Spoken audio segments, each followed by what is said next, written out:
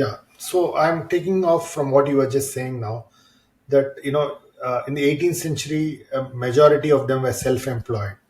And now when you go back and look at the next century, it looks like, there are going to be a lot more people who are going to be solopreneurs or Mm. self-employed.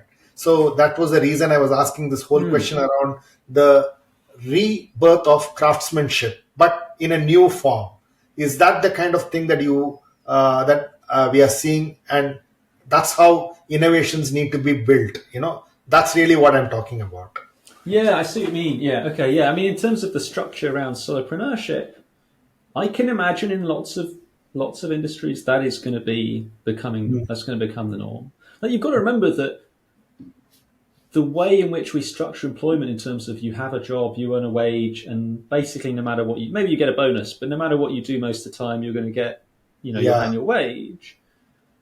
That only emerges in the 19th century, for the most part, around the fact that you have machinery that is complex enough and large enough that you need to have lots of people managing that material, that machinery.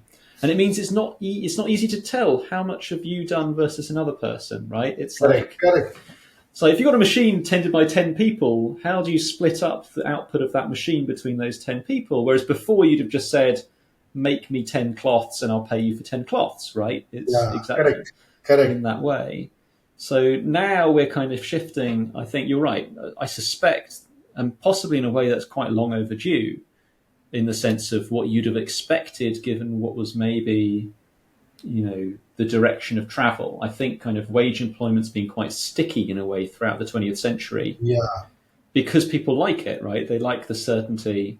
They like that kind of smoothing of income in a way that maybe now with things like greater access to credit, it becomes easier for people to smooth their income and smooth their expenditure using kind of financial instruments. It kind absolutely. of And makes it. and that's really where I believe that some of the way people were employed, the way people were paid, we still are living in an industrial era, Hmm. right? But the era of today is completely changing, but yet those practices have not changed, right? Yeah. And that's really where I think we are in a transitionary phase, if I were to call it. And would you Hmm. agree with me on that? Yeah, I think so. I think that's exactly right. Yeah.